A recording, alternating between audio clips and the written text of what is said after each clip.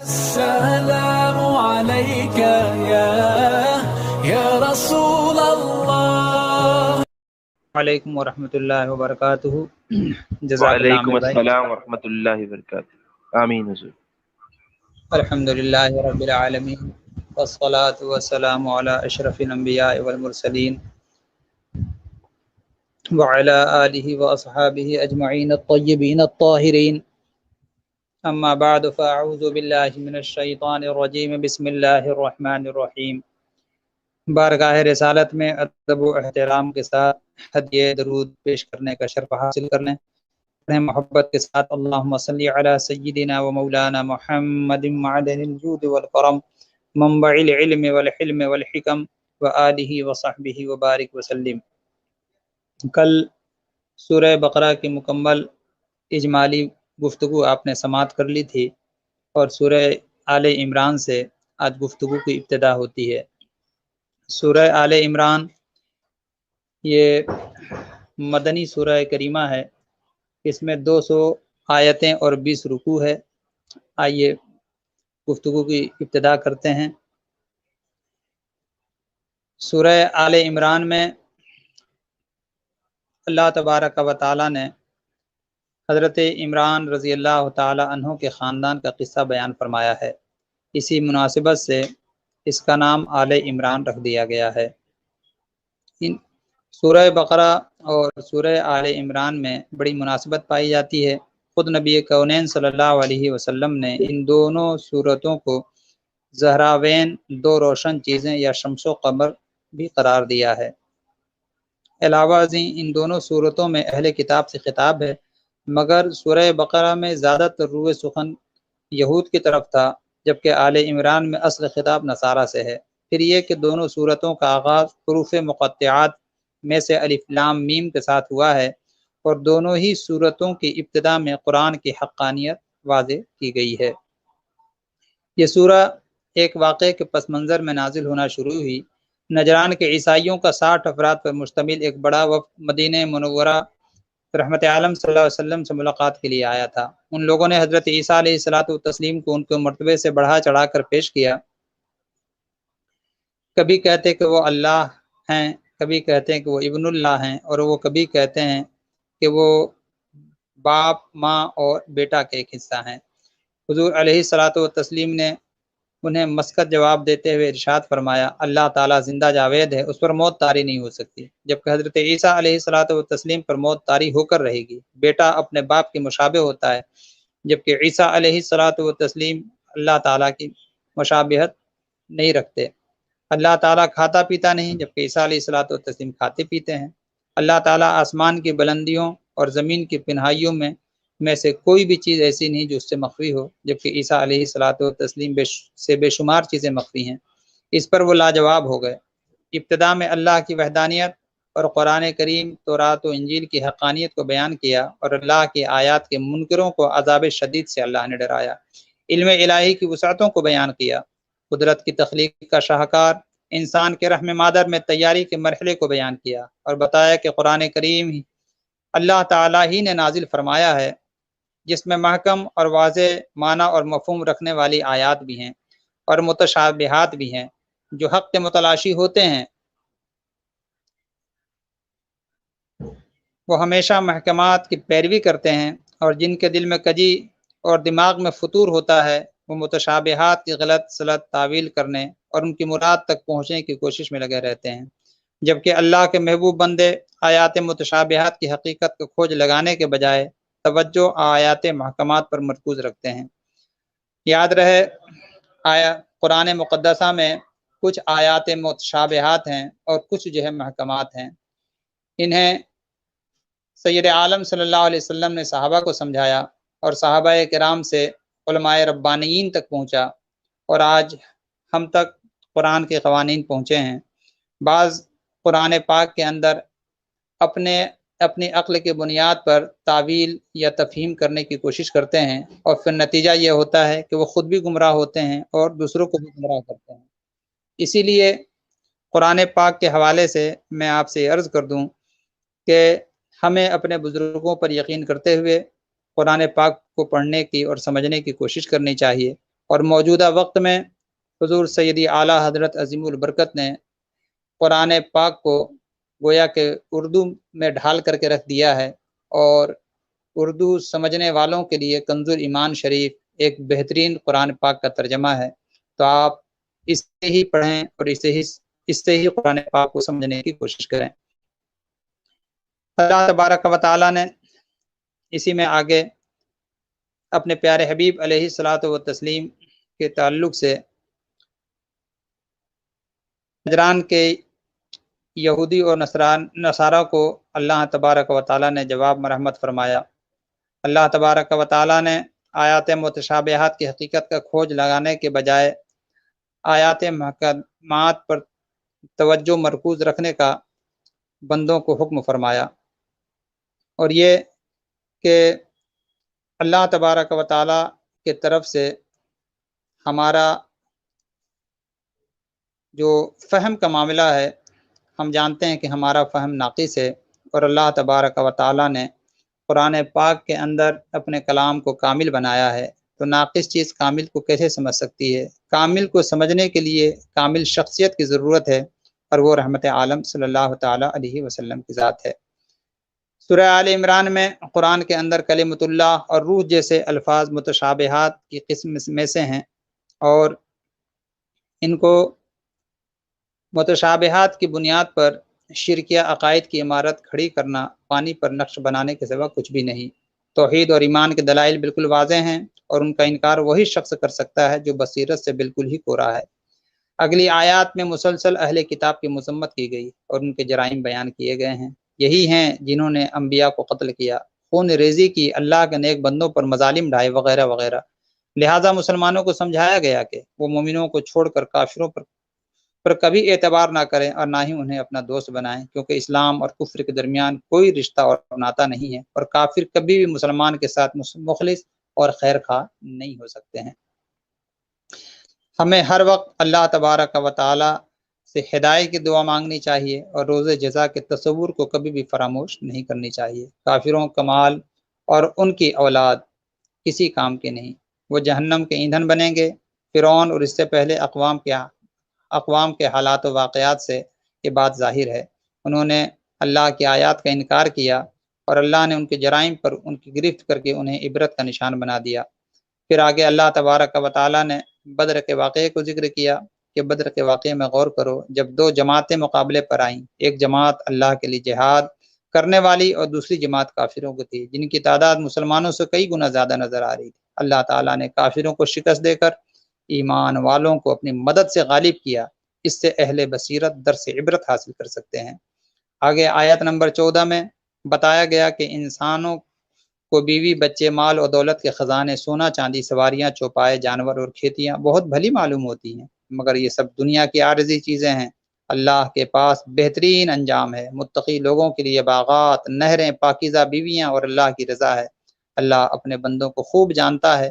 وہ بندوں کے گناہوں پر استغفار اور جہنم سے جو حفاظت طلب کرتے ہیں، اللہ تبارک و تعالی صبر کرنے والے، سچ بولنے والے، فرما برداری کرنے والے، صدقہ اور خیرات کرنے والے، اور تہجد کے وقت اپنے گناہوں کی معافی چاہنے والوں کو اللہ تبارک و تعالی اپنا فضل عطا فرماتا ہے۔ اللہ تعالیٰ اور فرشتے اور تمام اہل علم توحید کی گواہی دیتے ہیں، انسانی زندگی کے لیے نظام حیات جو اللہ تعالیٰ کے ہاں مستند و مسلم ہے، وہ صرف اسلام ہے، اور اس سے اختلاف رکھنے والے ہٹ دھرم اور ضدی ہیں۔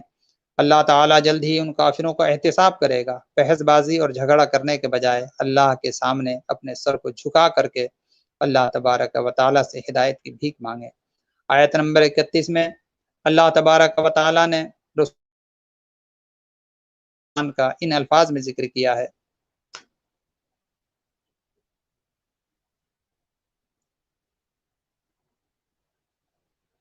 کہہ دیجئے کہ اگر تم اللہ سے محبت کے دعوے دار ہو تو میری پیروی کرو، اللہ تمہیں اپنا محبوب بنا لے گا، تمہارے گناہوں کو بخش دے گا، اور اللہ بہت بخشنے والا مہربان ہے۔ اس آیت میں واضح طور پر بتا دیا گیا کہ اگر بندہ اللہ تعالیٰ کے قریب اور رضا کا طلبگار ہو تو اس کا فقط ایک ہی راستہ ہے، یعنی کہ اتباع مصطفیٰ صلی اللہ تعالیٰ علیہ وسلم۔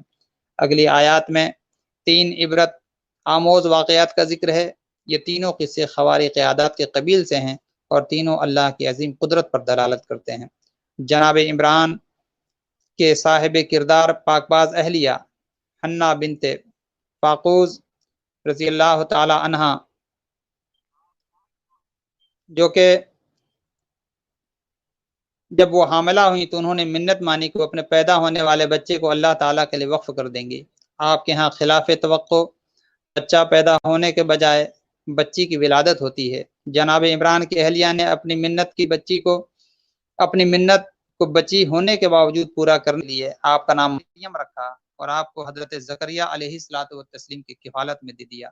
اللہ تعالیٰ نے جناب مریم کو اپنی بارگاہ میں قبول فرمایا اور آپ کے بچپن سے لے کر جوانی تک کے تمام ایام اللہ کی بندگی میں صرف ہوتے رہے، یہاں تک کہ بارگاہ الہی سے آپ کے لیے کرامت ظاہر ہوئی کہ آپ کے لیے بے موسم پھل آنے لگے۔ حضرت زکریا علیہ الصلوۃ والتسلیم جو حضرت مریم رضی اللہ تعالی عنہا کے خالو تھے، جب انہوں نے اس واقعے کو دیکھا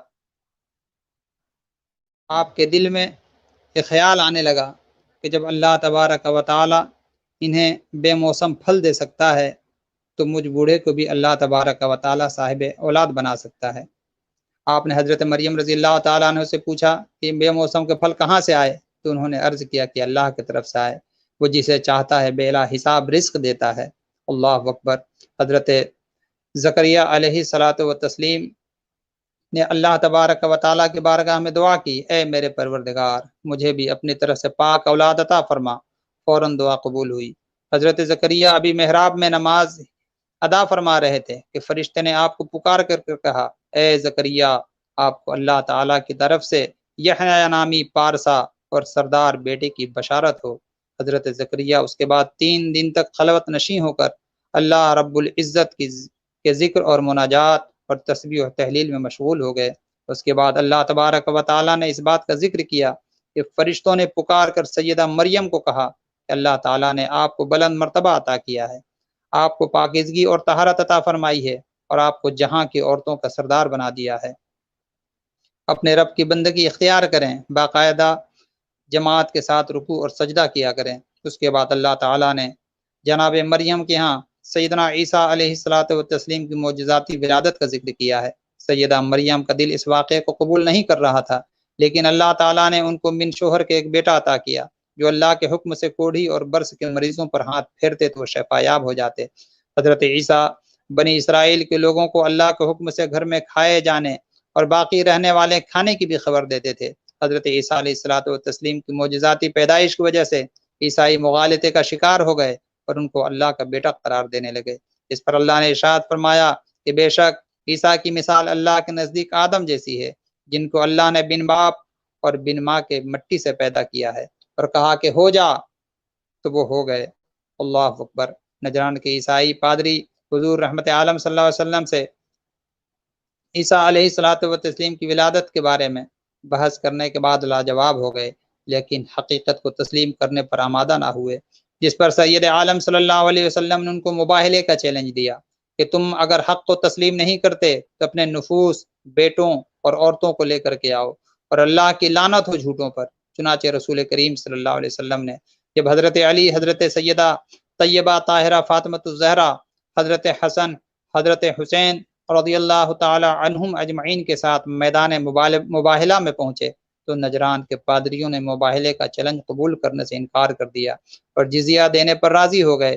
حضور تاجدار کائنات صلی اللہ علیہ وسلم نے اہل کتاب کو مخاطب کر کے کہا کہ اگر تم اسلام قبول نہیں کرتے تاؤ ان نکات پر جو ہمارے اور تمہارے درمیان مشترک ہیں اتفاق کر لو، یعنی عبادت صرف اللہ کی ہوگی، شرک کو ترک کرنا ہوگا، اللہ کو چھوڑ کر بندوں کو رب ماننے کا شعار بند کرنا ہوگا۔